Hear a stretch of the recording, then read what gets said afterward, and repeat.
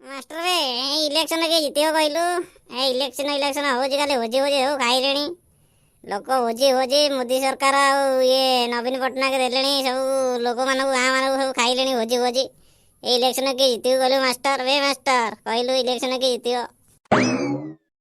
ଆରେ ଟୁଙ୍ଗୁରି, ମତେ ଲାଗୁଛି କ'ଣ ନବୀନ ପଟ୍ଟନାୟକ ଜିତିବ।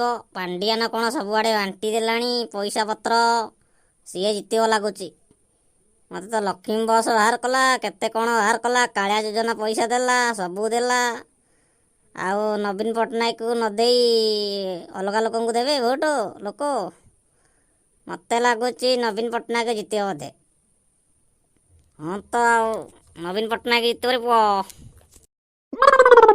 ମାଷ୍ଟର ତୁ ମନେ ମନେ କହିଦଉଛୁ ନବୀନ ପଟ୍ଟନାୟକ ଜିତିବ।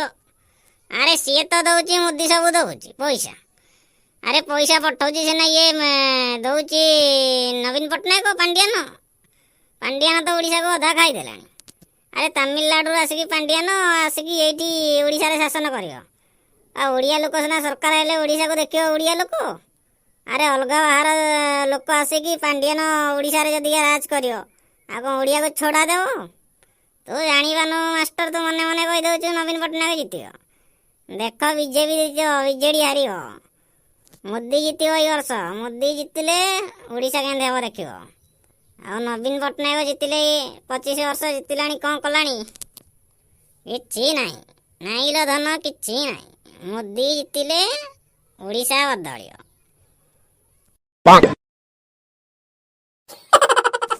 ଆରେ ଟୁଙ୍ଗୁ, ତୁ କିଛି ଜାଣିପାରୁନୁ? ଆମ ସରକାରଙ୍କ ନାଁରେ ଏମିତି କହୁଛୁ ନବୀନ ପଟ୍ଟନାୟକରେ। ପାଣ୍ଡିଆନ କେତେ କ'ଣ ଦେଲାଣି, ତୁ ଜାଣିପାରୁନୁ କିଛି? ଆଇତେ ଆଉ ଥରେ ଜିତିଲେ ଓଡ଼ିଶା ପୁରା ଭୁବନେଶ୍ୱର ସ୍ମାର୍ଟରୁ ସ୍ମାର୍ଟ ହେଇଯିବ। ଆଉ ଲୋକଙ୍କୁ କେତେ ଘର ଦୁଆର ଦେଉଛି, କେତେ କାଳିଆ ଯୋଜନା ଦେଉଛି, ସବୁ ଦେଉଛି। ଚାଉଳ ଦେଉଛି ଟଙ୍କିକିଆ, ବିପିଏଲ୍ ଦେଉଛି ଟଙ୍କିକିଆ ଚାଉଳ, କିରୋସିନି ଦେଉଛି, ଗହମ ଦେଉଛି, ସବୁ ଦେଉଛି। ଆଉ ତତେ କ'ଣ ଦରକାର ଲୋକଙ୍କୁ? ଆଉ ଲୋକଙ୍କୁ କ'ଣ ଦରକାର? ଆଉ ମୋଦି କ'ଣ କ'ଣ ଦେଉଛି? ମୋଦି କିଛି ଦେଉନି। ନବୀନ ପଟ୍ଟନାୟକ ସବୁ ଲକ୍ଷ୍ମୀ ବସ୍ ବାହାର କଲା, ଗାଁ ଗାଁ ବୁଲୁଛି ଲକ୍ଷ୍ମୀ ବସ୍। ଆଉ ଲୋକଙ୍କର କେତେ ସାହାଯ୍ୟ କରୁଛି, ଉପକାର କରୁଛି। ଲକ୍ଷ୍ମୀ ବସ୍ ବାହାର କଲା, ଲୋକ ଯାଉଛନ୍ତି, ଚାଲି ଚାଲି ଯାଉଥିଲେ, ଗାଡ଼ିରେ ସାଇକେଲରେ ଯାଉଥିଲେ, ବାଇକ୍ରେ ଯାଉଥିଲେ। ଏବେ 5 ଟଙ୍କା ଦେଇକି ଲକ୍ଷ୍ମୀ ବସ୍ରେ ଚଢ଼ିବ, ଓହ୍ଲେଇବ ମାର୍କେଟରେ। ଆଉ ତୁ ଜାଣିପାରୁନୁ ନବୀନ ପଟ୍ଟନାୟକ କ'ଣ, ପାଣ୍ଡିଆନ କ'ଣ? ପାଣ୍ଡିଆନ ସବୁ ଦେଉଛି। ଏ ମାଷ୍ଟର, ତୁ ଭାରି କହୁଛୁ। ପାଣ୍ଡିଆନକୁ ନବୀନ ପଟ୍ଟନାୟକ କିଛି ଦେଉନାହାନ୍ତି, ସବୁ ଦେଉଛି ମୋଦି ସରକାର, ବିଜେପି ଦେଉଛି। ଖାଲି ପାଣ୍ଡିଆନ ବିଜେଡ଼ି ନା ହେଉଛି, ସିଏ ଦେଉଛି। ଆସିକି ନବୀନ ପଟ୍ଟନାୟକକୁ ପାଣ୍ଡିଆନ ଇଆଡ଼େ ସିଆଡ଼େ କରିଦେଉଛନ୍ତି। ସେଟା ଯାହାକୁ ଓଡ଼ିଆ ଭାଷା ଠିକ୍ରେ କହି ଆସେନି, ସେ ଓଡ଼ିଆ ସଂସ୍କୃତ କହି ଆସେନି, ଆଉ ସିଏ କ'ଣ କରିବ ଓଡ଼ିଶାକୁ? ଓଡ଼ିଶାକୁ ତ ଫାଳେ ଖାଇଦେଲେଣି। ଆଉ ଥରେ ଜିତିଲେ ଆଉ ଥରେ ଖାଇଦେବେ। ଆଉ ଲୋକ ଜାଣିପାରୁନାହାନ୍ତି। ଏ ମାଷ୍ଟର ମୁଣ୍ଡ ପାଗଳ ହେଇଗଲାଣି।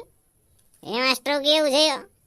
ଆରେ ଯଦିଆ ସରକାର ଆମର ଭଲ ହେଇଥାନ୍ତେ, ଓଡ଼ିଶାରେ ଦାଦନ ନ ଖଟି ବାହାରେ ଖଟିବେ। ବାଙ୍ଗଲୋର, ଚେନ୍ନାଇ, ତାମିଲନାଡୁ, କେରଳ, ପୁନେ, ଯେଉଁ ପର୍ଯ୍ୟନ୍ତ ନବୀନ ପଟ୍ଟନାୟକ ପାଣ୍ଡିଆନ ଥିବେ, ସେଇ ପର୍ଯ୍ୟନ୍ତ ଦାଦନ ଖଟୁଥିବେ ବାହାରେ ଓଡ଼ିଶା ଲୋକ। ଆଉ ମୋଦି ଦେଖୁଅ ଗୁଜୁରାଟକୁ କେନ୍ତା କଲେଣି ସ୍ମାର୍ଟ ସିଟି। କେହି ବାହାରକୁ ଆସୁନାହାନ୍ତି, ତାଙ୍କର ଘଟୁଛନ୍ତି ସେଇଠି।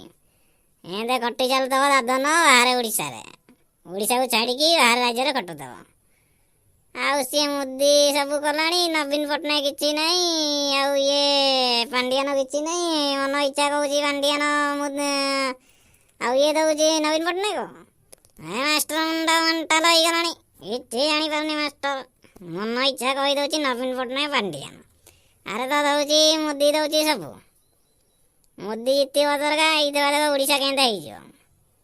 ଓଡ଼ିଶାରେ କେହି ଖଟିବାକୁ ଯିବେନି, ଓଡ଼ିଶାରେ ରହିବେ ଲୋକ। ମନ ଇଚ୍ଛା କହିଦେଉଛି ପାଣ୍ଡିଆନ।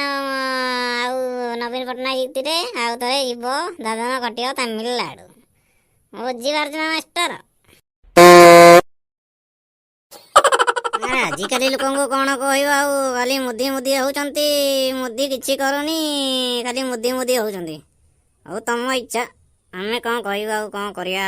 ଆଜିକାଲି ଲୋକଙ୍କୁ ବୁଝେଇ ହେବନି। ଦେ ମାଷ୍ଟର କହିଲ ଦେଖିଆ। ତୁ ତ ଘରେ ବଇଛୁ, ମୁଁ ତ ଘରେ ବଇଛି। ଏଇ ଘରର ଚାଳ ଛପର ଦେଖୁନୁ 5 ବର୍ଷର ପୂର୍ବ ଘର। ଆଉ ଘର ବଦଳିଛି? ଯୋଉ ଘରକୁ ସେଇ ଘର ଛପର ଘର। ଘର ଆସିବାର ନାହିଁ। ସେଇ ଯୋଉ କଣ୍ଟ୍ରାକ୍ଟ ନେଇଯାଉଛନ୍ତି ସିଏ ସବୁ ଖାଇ ଦେଉଛନ୍ତି।